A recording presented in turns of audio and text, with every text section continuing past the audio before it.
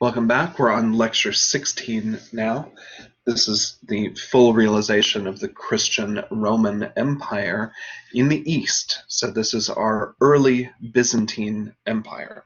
Now, of course, the people who lived during this time would have referred to it simply as the Roman Empire. They would not have used the term early Byzantine. That was a name that was given to it later. But essentially, the empire has, at this point, split in half. We have an emperor in the west, in Ravenna, and we have an emperor in the east, in Constantinople, which had been Byzantium, hence Byzantine Empire. It is now known, of course, as Istanbul. So we see the rise of the power of the emperor in the East, and this very much is a continuation of the power of the Roman Empire. They saw themselves as a continuous line, but there are distinct differences in the two halves. Culturally, a lot of the people of the eastern half would originally have been under the reign of Alexander the Great, the Macedonian, and so technically we could refer to this somewhat as the Greek-speaking Roman Empire. Greek was in fact the dominant language in the Eastern Empire, and so when we think of the Greek Orthodox Church, you could associate it very closely with the tradition you're about to learn about here in the early Byzantine. So there will be a big distinction between the Eastern Orthodox and the way that the religion is being practiced back in Rome. In fact, the Pope in Rome will often issue edicts that are not followed or are contradictory to the beliefs that the head of the church in the East, the Patriarch, will issue for the Eastern Empire. So there is a difference of theological opinion here. I've listed for you the names of the different dynasties within the early Byzantine period. We're looking primarily right now at the period from Constantine through Justinian. So the empire under Justinian definitely is an area that sees the western half being overrun by the Visigoths, by forces from Germanic tribes, and under the reign of Emperor Justinian, he actually is able to retake some of the territory of what had been the Western Empire. Unfortunately, it does not remain under his control or the control of the emperor after the death of Justinian, so it does shrink back again to this eastern half. We definitely see some of the same materials being used. The last items that we looked at from the Western Empire were carvings in ivory, both in the Christian tradition and in the pagan tradition. Here we see examples that are very much Christian, but also emphasize the power of the emperor.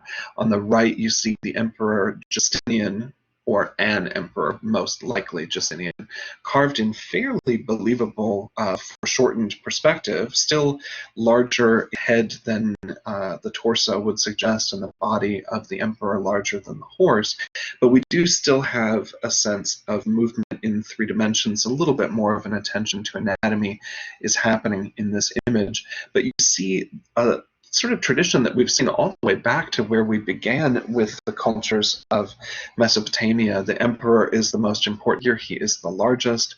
He's associated with the classical world of Greece and Rome through his haircut and lack of beard.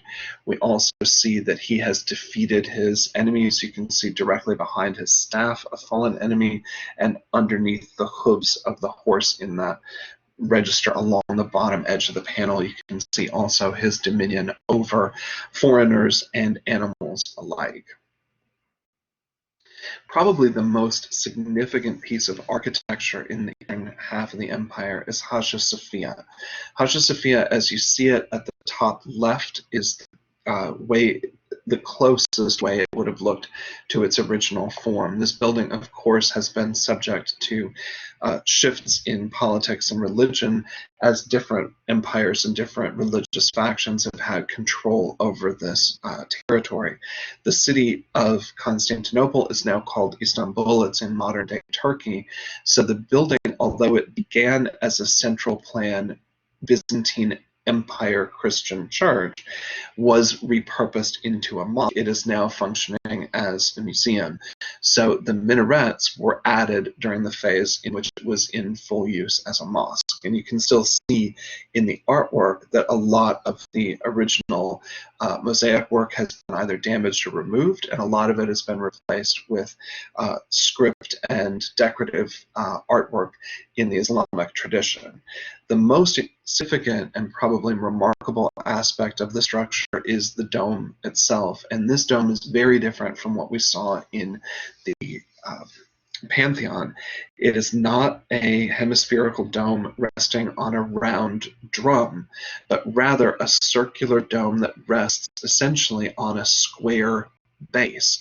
What we're seeing, in fact, on the interior is probably the single most remarkable aspect. The largest mass carried on what appears on the inside to be the thinnest 4 points below the dome. The architecture on the exterior reveals the massive size of the piers that actually hold up and support those 4 points. The weight of the dome, though, is carried to those points by these triangular areas, which are curved both left and right and vertical and down. Those are known as pendentives. So the dome itself rests on 4 pendentives. You can see that from the exterior on this diagram here. Another remarkable feature of this dome is the fact that it's perforated by windows all along this bottom edge, so it almost appears as if the dome itself hovers in the air. So the architects really were theoretical architects. They were specializing in geometry and early approaches to engineering and physics, Anthemius of Tralles and Isidorus of Miletus, responsible for creating the design to create this remarkable central plan church. In fact, it is a single dome in the center that has a flanking dome on either side, one end of which actually has 3 domes supporting it. So if you can imagine the weight of the dome being carried down to the square, to the pendentives, to the piers, but also being carried and relieved by the domes on either side, and then again by those exterior domes. Here you can diagrams that show the way that the pendentives carry the weight of the interior dome. Another early example of the central plan, this is a church that's in Ravenna in Italy. So again, this is at the point during which the Eastern Empire has reclaimed some territory. So later than the examples in Ravenna that we saw slightly earlier, we're now looking at truly Eastern style being built while this region is controlled by the Eastern throne, by the Eastern Emperor. The building is San Vitale. It is octagonal in its shape. It is to a smaller octagon that allows for light to spill in from a clear story above. You see that the narthex, or porch, is separate from the ambulatory, which runs around the outside of the colonnaded area. The nave is in the center. We have a sanctuary apse on the opposite end from the narthex. So it creates a very centralized form that would facilitate movement around the central nave in a circular form. The more remarkable aspect, even than the architecture, though, at San Vitale is the decoration on the interior. These are known as the Justinian and Theodora mosaics, and these are at the apse altar on either side, with Justinian on the left. And he sort of faces across the altar toward his wife Isidora's, or Theodora. Theodora, in fact, was an entertainer. She was a dancer and possible courtesan, I suppose. So she has risen in the ranks as she becomes the empress. You can see that both the emperor and the empress are denoted by halos. You can see, though, that they are surrounded by members of their court. And in fact, in Justinian's case, he's surrounded by of the clergy as well as his courtiers, as well as his soldiers. And so there is an absolute connection between the divine right to rule, the kind of co-rule of the emperor and the leading patriarch, the bishop of, in this case, Bishop Maximinus. You can see his name has been added above his head. And you can also see that the more important characters have very individualized faces, and the more anonymous the soldiers kind of have a repeated similar appearance. The figures of the emperor and empress are robed in purple. You see also that they are adorned with precious jewels. They are also carrying objects that reference the Eucharist. You see that he is carrying a bowl that would have held bread. She is carrying a chalice that would have held the wine. So they're both progressing toward the altar. You can also see that the figures are not rendered in a believable way. There's quite a bit of attention to their robes, but if you look at, especially at the feet, the figures just sort of seem to either step on one another's toes or float one in front of the other in a very unrealistic, non-naturalistic sense of space. So again, the storytelling visually is really what's most important in these images. This is another church in Ravenna, San Apollinare in Classe, and you can see it is more of a traditional basilica form with a nave and two side aisles. We're facing the apse here, and you can see really gorgeous, elaborate mosaic above the altar here. This is Saint Apollinaire, and he is surrounded by 12 sheep who either represent his personal flock, but obviously the number 12 will be a reference to the disciples. And what you're seeing is him sort of witnessing this miraculous event. The figure of Christ is represented by a cross in this case, and there's actually a portrait of Christ in the very center there. This area surrounding the cross is very similar to the decoration of the ceilings of these churches, blue with stars. There's 99 stars there.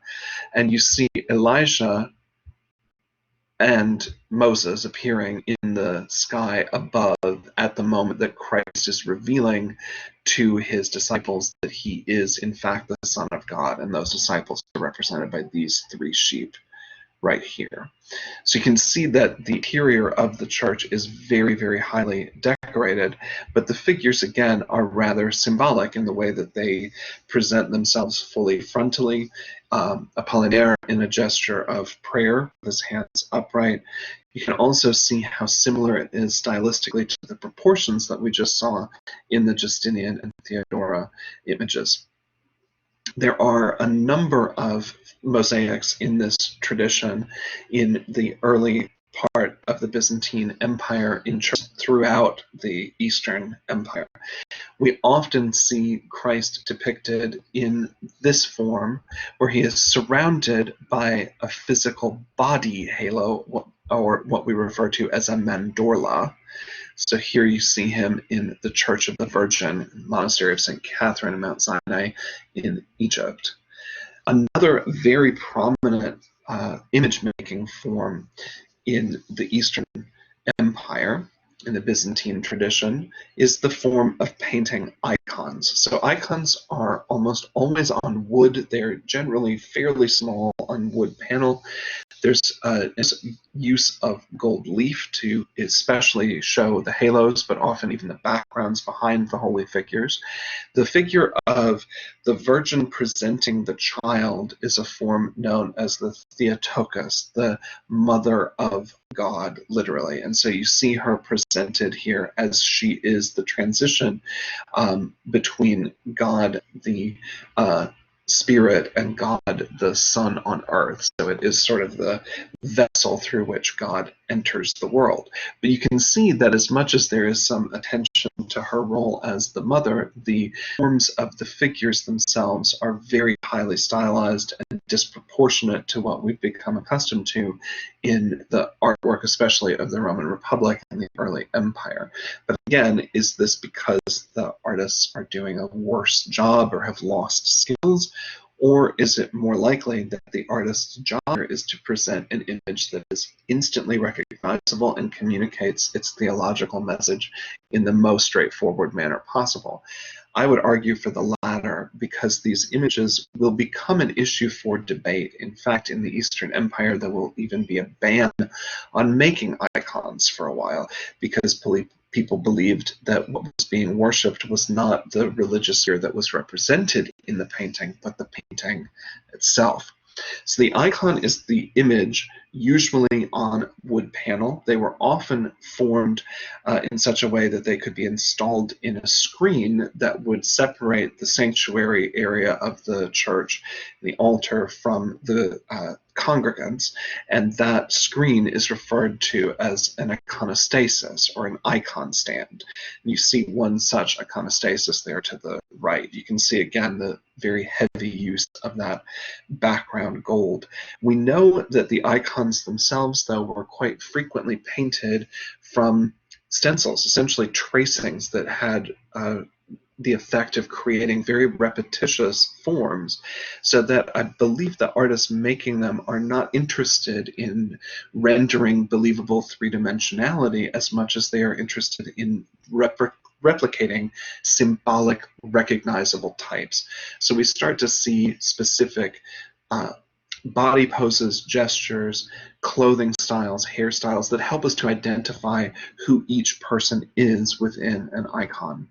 The image, generally speaking, is not even, it's not in the mind of the artist to make something that is naturalistic or quote-unquote realistic, but to communicate religious liturgy, to communicate religious experience. So even the sense of distortion in the perspective and the sense of light in these images is meant to communicate the story and not to look like a depiction of reality itself.